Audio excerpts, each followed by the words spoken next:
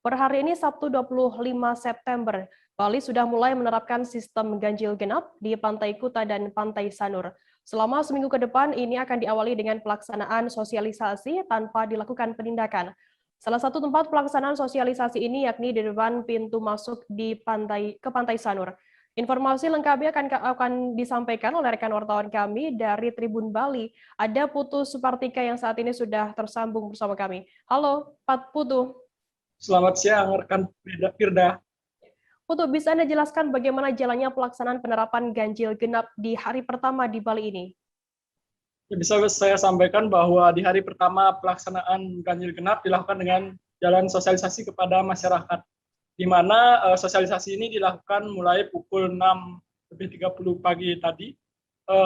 Karena hari inilah tanggal ganjil, maka setiap kendaraan yang bernomor genap diberhentikan oleh petugas lalu diberi pengarahan atau diberi edukasi, kemudian mereka diizinkan masuk. Karena untuk hari pertama ini belum ada penindakan atau masih dalam proses sosialisasi, di mana sosialisasi ini akan digelar selama seminggu ke depan dan nantinya akan dilakukan evaluasi kembali. Untuk diketahui bahwa pelaksanaan ganjil genap ini dilaksanakan sesuai dengan petunjuk Surat Edaran Gubernur Bali tentang pengaturan lalu lintas dengan sistem ganjil genap di Provinsi Bali. Untuk lantas bagaimana tanggapan dari masyarakat sendiri terkait adanya penerapan ganjil genap di Bali ini?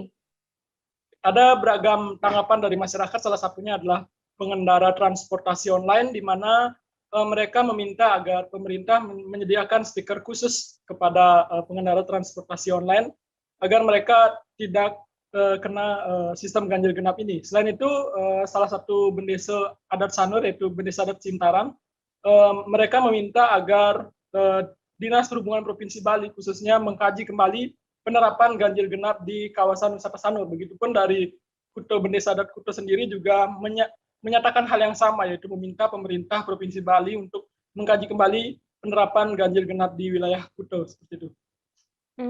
Untuk lantas bagaimana teknis penerapan ganjil genap yang diberlakukan di Bali kali ini? Untuk teknisnya sendiri, yakni untuk di kawasan wisata Sanur ada 7 titik penjagaan di pintu masuk ke pantai, mulai dari Pantai Matahari Terbit sampai Pantai Mertesari Sanur. Sementara untuk di wilayah Kuta sendiri ada 3 titik.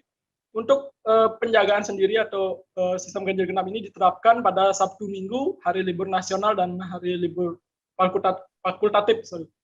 Selanjutnya, untuk hari ini dilakukan dengan sosialisasi dan kemungkinan minggu depan sudah mulai diterapkan, di mana jika sudah mulai penerapan maka akan ada sanksi, yaitu berupa putar balik bagi kendaraan yang tidak sesuai dengan tanggal ganjil maupun genap. Seperti itu. Untuk apabila nantinya sudah resmi diterapkan begitu di Bali, apakah apa sanksi yang akan dijatuhkan bagi pelanggar ganjil genap ini? Oke, untuk sanksinya sendiri sebenarnya cuma putar balik karena tidak ada sanksi tilang ataupun sanksi yang lainnya.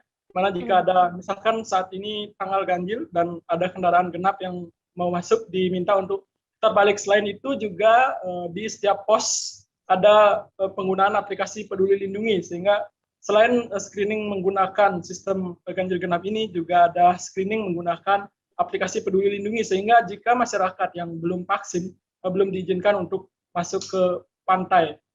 Sistem penerapan sistem ganjil genap ini dilakukan untuk menekan atau mengurangi mobilitas masyarakat di pantai, apalagi untuk kasus penularan COVID-19 di Bali, khususnya di Kota Denpasar masih terjadi walaupun dengan intensitas yang semakin rendah dan sudah masuk PPKM level 3. Demikian.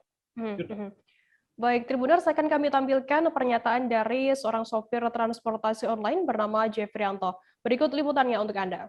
Tapi Bapak sebelumnya tahu nggak Pak bahwa ada kebijakan ini? Sudah ada tahu kebijakannya, tapi katanya terdengar ada diberikan stiker begitu untuk taksi online. Menurut Bapak ini efektif atau justru malah merepotkan warga sebenarnya? Sebenarnya kalau ini sedikit merepotkan, tapi sebenarnya ada tanggal seperti itu lah, untuk taksi online sendiri. Soalnya dari pemberitaan sendiri dia kan sudah ada tanda-tanda, ada plat merah atau gimana, kan sudah itu ditegaskan juga kayak dia lihat dari berita. Jangan lupa subscribe, share, komen, dan like ya.